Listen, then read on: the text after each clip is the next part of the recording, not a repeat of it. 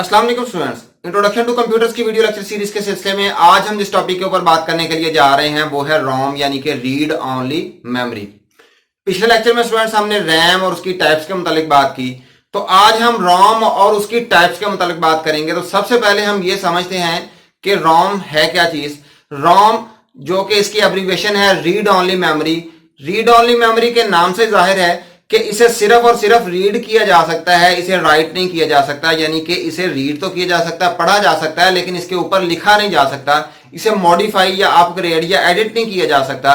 तो अगर हम एक सिंपल रोम की बात करें तो मैं आपको बता दूं कि वो सिंपल रोम जो है उसे हम एडिट नहीं कर सकते। उसे कौन एडिट करता है या कौन लिखता है उसे मैन्युफैक्चरर लिखता है। क्यों लिखता है वो भी अभी हम डिस्कस कर लेते हैं। तो रोम जो है स्टूडेंट्स, इसे कंप्यूटर सिस्टम के अंदर लोकेटेड होती है। अक्सर लोगों को रैम का तो पता होता है, वो कहते हैं कि वो जो एक स्ट्रिप होती है उसके अंदर जो स्केल की तरह की होती है उसे पंच किया जाता है, वो रैम है। रोम कहां पे होती है? तो रोम बेसिकली जो है ये भी प्राइमरी मेमोरी होती है और इसे जो हमारे कंप्यूटर का मदरबोर्ड होता है उसके ऊपर ये एक आईसी लगा हुआ होता है ब्लैक कलर का मदरबोर्ड के ऊपर, तो उसे रोम कहा जाता है। अब मैं आपको बताता हूं कि रोम क्यों इस्तेमाल की जाती है। रोम जिस तरह देखें स्टूडेंट्स, कंप्यूटर सिस्टम जो है ये एक डिवाइस है। अगर फॉर एग्जांपल हम कंप्यूटर सिस्टम का बटन इसे ऑन करते हैं जब कंप्यूटर सिस्टम को, तो कंप्यूटर को तो नहीं पता कि मैंने क्या काम करना है। वो तो सिंपली क्या है, एक डिवाइस है, एक सेमीकंडक्टर मेमोरी उसके अंदर लगी हुई है, उसके अंदर सेंट्रल प्रोसेसिंग यूनिट लगा हुआ है। वो सिंपली एक हार्डवेयर डिवाइस है, उसे कुछ नहीं पता कि मैंने क्या काम करना है। लेकिन आपको पता है कि जैसे ही हम बटन को ऑन करते हैं तो कंप्यूटर क्या काम करता है, कंप्यूटर ऑपरेटिंग सिस्टम की बूटिंग शुरू कर देता है। यानी कि ऑपरेटिंग सिस्टम को लाके रैम के अंदर जो है वो लोड करना शुरू कर देता है और कंप्यूटर जो है वो स्टार्टिंग की तरफ चला जाता है। तो ये सारे के सारे काम कंप्यूटर को कहां से पता चलते हैं कि भाई मैंने अब जो है ऑपरेटिंग सिस्टम के पास जाना है, मैंने बूट सेक्टर में जाना है, वहां से ऑपरेटिंग सिस्टम को लाके तो है वो मैं रैम के अंदर लेके आना है। तो ये सारी की सारी इंस्ट्रक्शन उसे कहां पे मिलती हैं? रोम के अंदर से। रोम को रोम बायोस भी कहा जाता है।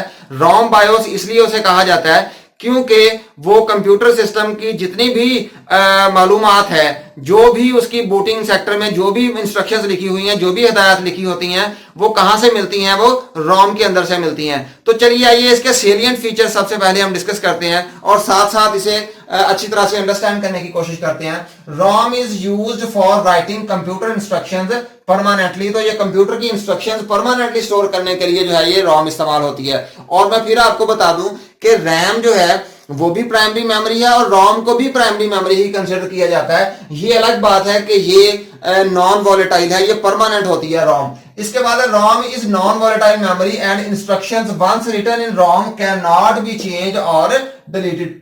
सिंपल जो रोम है हमारे पास, उसमें ना तो इंस्ट्रक्शंस नई इंस्ट्रक्शन लिखी जा सकती हैं और ना ही चेंज की जा सकती हैं। और नॉन वॉलेटाइल है, यानी कि जो पावर के ऑफ होने पे, इलेक्ट्रिसिटी के ऑफ होने पे इस पे से इंस्ट्रक्शन जो है वो मिटती नहीं है, बल्कि वो लिखी ही रहती हैं। Instructions in ROM are written by the manufacturer, and when we switch the computer on, then computer is booted by the instructions written in the ROM। तो जब ROM जो है मैंने जैसे आपको बताया कि इसमें वेंडर जो है, जो बनाने वाला है, वही इसके अंदर इंस्ट्रक्शंस लिखता है रोम के अंदर।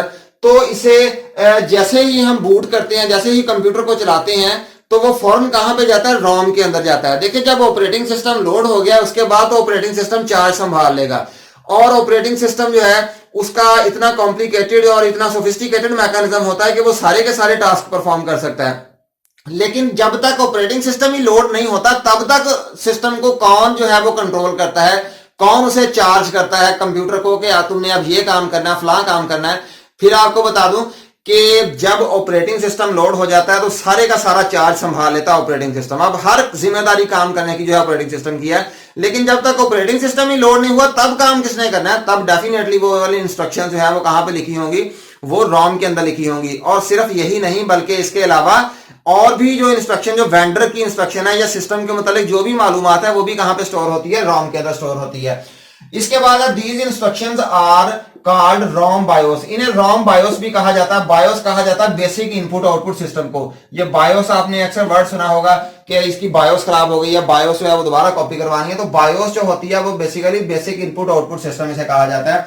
दीज इंस्ट्रक्शंस कैन बी, तो कौन कौन सी इंस्ट्रक्शंस हो सकती हैं भाई जो रोम के अंदर लिखी होती हैं? How to access the hard disk, hard disk को कैसे एक्सेस करना, हार्ड डिस्क का कौन सा बूट सेक्टर है, किस जगह से शुरू करना है रीड करना उसे।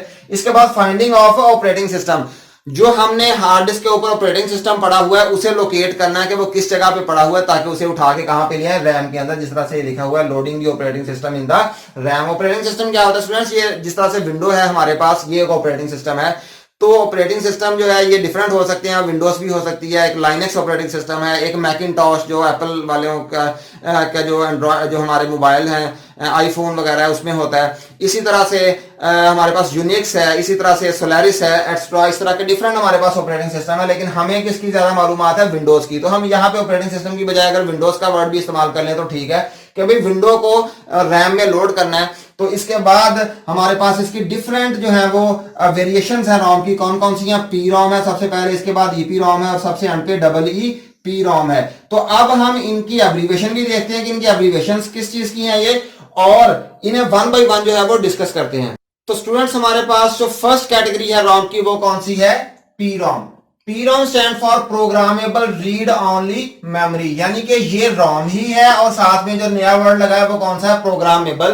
प्रोग्रामेबल का मतलब क्या है कि भाई इसे चेंज किया जा सकता है। जिस तरह से मैंने पहले बताया कि भाई रोम को कौन लिखता है? रोम को बेसिकली जो वेंडर होता है, क्यों इसी वजह से इसे फर्मवेयर भी कहा जाता है। क्या कहा जाता है? फर्मवेयर। फर्मवेयर, फर्मवेयर इसे इसलिए कहा जाता है क्योंकि इसे वेंडर जो है वो इसके अंदर सारी की सारी इंफॉर्मेशन लिखता है। जो बनाने वाला है, जो मैन्युफैक्चरर है, उसने लिखना है इसके अंदर रोम के अंदर, इसलिए इसे क्या कहा जाता है? फर्मवेयर भी कहा जाता है। तो पी रोम जो है इसके अंदर लिख सकते हैं, एक दफा लिखा जा सकता है। इनिशियली ये क्या होती है? ब्लैंक होती है। जो वेंडर है या यूजर जो उसे खरीद के लाता है वो एक दफा लिख सकता है, लेकिन उसके पास गलती की गुंजाइश नहीं है। यानी कि अगर फॉर एग्जांपल वो उसके अंदर गलत लिख लेता है तो उसे बाद में दुरुस्त नहीं किया जा सकता, वो चिप हमारी क्या हो जाएगी? जाया हो जाएगी। जिस तरह से हम इसकी कैरेक्टरिस्टिक्स पढ़ते हैं, this type of ROM is initially blank, ये शुरू में ब्लैंक होती है, and it can be written by the user और मैन्युफैक्चरर बट ओनली वंस। इसे मैन्युफैक्चरर या यूजर जो है या वेंडर जो है वो लिख सकता है, लेकिन सिर्फ एक दफा लिख सकता है। Special equipment is used to write in PROM. Definitely ये आम जिस तरह से आजकल हम कॉपी पेस्ट कर लेते हैं उस तरह से इसे लिखा नहीं जा सकता। इसे स्पेशल इक्विपमेंट की जरूरत होती है इसके अंदर लिखने के लिए। The case in case of error in writing the chip become unusable, यानी कि वो चिप हमारे लिए बेकार हो जाएगी, हमारे लिए वो कारआमद नहीं रहेगी। इसके बाद नेक्स्ट हमारे पास जो कैटेगरी है वो कौन सी है? ईपी रोम, यानी कि electrically erasable programmable read only memory. तो ये वाला पोर्शन स्टूडेंट सबका सेम ही रहेगा, यानी कि इसमें भी रोम है, इसमें भी रोम है, लेकिन इसमें पहले पी लगा था प्रोग्रामेबल। तो ये क्या है? Erasable programmable. प्रोग्रामेबल का मतलब ये था कि इसे लिखा जा सकता है लेकिन एक दफा। इरेजेबल प्रोग्रामेबल का मतलब यह है कि इसे लिखा भी जा सकता है और इरेज भी किया जा सकता है। Erasable programmable read only memory, user can write data on it and can also be erased but only by the special devices, by the use of special devices.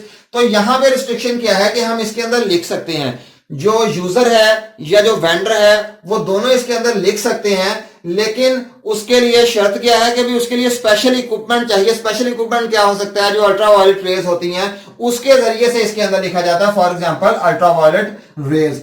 EP रोम, अच्छा ये वाला जो है हमारा, ये जो ईपी रोम है हमारा, इसमें हमने ये देखा है कि भाई हम इसके अंदर लिख सकते हैं, ये हमें आसानी दे देती है। यानी कि अगर फॉर एग्जांपल इसके अंदर एरर भी आ जाता है तो हम उसे क्या कर सकते हैं? इरेज कर सकते हैं। उसे दोबारा साफ करने के बाद दोबारा फिर उसके अंदर जो है करेक्ट इंफॉर्मेशन लिख सकते हैं, लेकिन उसके लिए हमें स्पेशल इक्विपमेंट की जरूरत है, यानी कि अल्ट्रावायलेट रेज के जरिए से उसे इरेज किया जाता है और दोबारा लिखा जाता है। इसके बाद नेक्स्ट कैटेगरी हमारे पास क्या है? डबल ईपी रोम, ईईपी रोम, यानी कि electronically erasable programmable read only memory. तो इसमें भी ये वाला पोर्शन जो है वो वही है रोम वाला, बाकी इसकी एप्लीकेशन आपको याद करनी पड़ेगी, electronically erasable programmable. Electronically erasable programmable read only memory जो है स्टूडेंट्स, वो बिल्कुल ऐसे ही है जैसे आजकल हम फ्लैश ड्राइव, जिसे यूएसबी भी आप लोग कह लेते हैं, हम उसे यूज करते हैं। कैसे उसे उस पर राइट किया जाता है, यूजिंग इलेक्ट्रिकल पल्सेस जो है उसे साफ कर दिया जाता है और फिर दोबारा उस पर ऊपर लिखा जाता है यूजर और vendor can write and erase using electronic या electric pulses. So modification is very easy. तो इसकी मॉडिफिकेशन बहुत इजी है। अगर फॉर एग्जांपल गलती हो जाती है, दोबारा उसे साफ करके दोबारा लिख लें, फिर गलती हो गई फिर, यानी कि एक आम यूजर जो है, कोई स्पेशल इक्विपमेंट नहीं इसके लिए चाहिए। आप सिंपली उस पर क्या कर सकते हैं, इसको फॉर्मेट कर सकते हैं, उसे डिलीट कर सकते हैं। Flash memory is a type of EPROM. तो फ्लैश ड्राइव जो है, जिसे आप यूएसबी कह देते हैं, जो स्टिक होती है छोटी सी मेमोरी वाली, वो इसकी एक टाइप है डबल ईपीरॉम, यानी electrically erasable programmable read only memory की वो एक टाइप है फ्लैश मेमोरी। तो इस तरह से ये फ्लैश जो डबल ईपीरॉम है ये काम करती है। तो हमने यहां से ये सीखा है कि भाई जो हमारे सिस्टम्स में अवेलेबल होती है, जो शुरू में आती है, लिख के आता है, वो आमतौर पे रोम ही होती है, रीड ओनली मेमोरी होती है, उसमें लिखा नहीं जा सकता। लेकिन इसके डिफरेंट वेरिएशंस हैं हमारे पास, डिफरेंट वैरायटीज में ये हमारे पास अवेलेबल है। तो इनमें से किसी को भी इस्तेमाल किया जा सकता है और आमतौर पे हो सकता है कि हमारे नेक्स्ट फ्यूचर में जो है इसकी डिफरेंट वेरिएशंस को ही इस्तेमाल किया जाए। तो स्टूडेंट्स, उम्मीद करता हूं कि आपको रोम की अच्छी तरह से समझ आई होगी और आपने अच्छी तरह से अंडरस्टैंड कर लिया होगा। इंशाल्लाह नेक्स्ट लेक्चर में किसी नए टॉपिक के साथ हाजिर होंगे। तब तक के लिए अल्लाह हाफिज।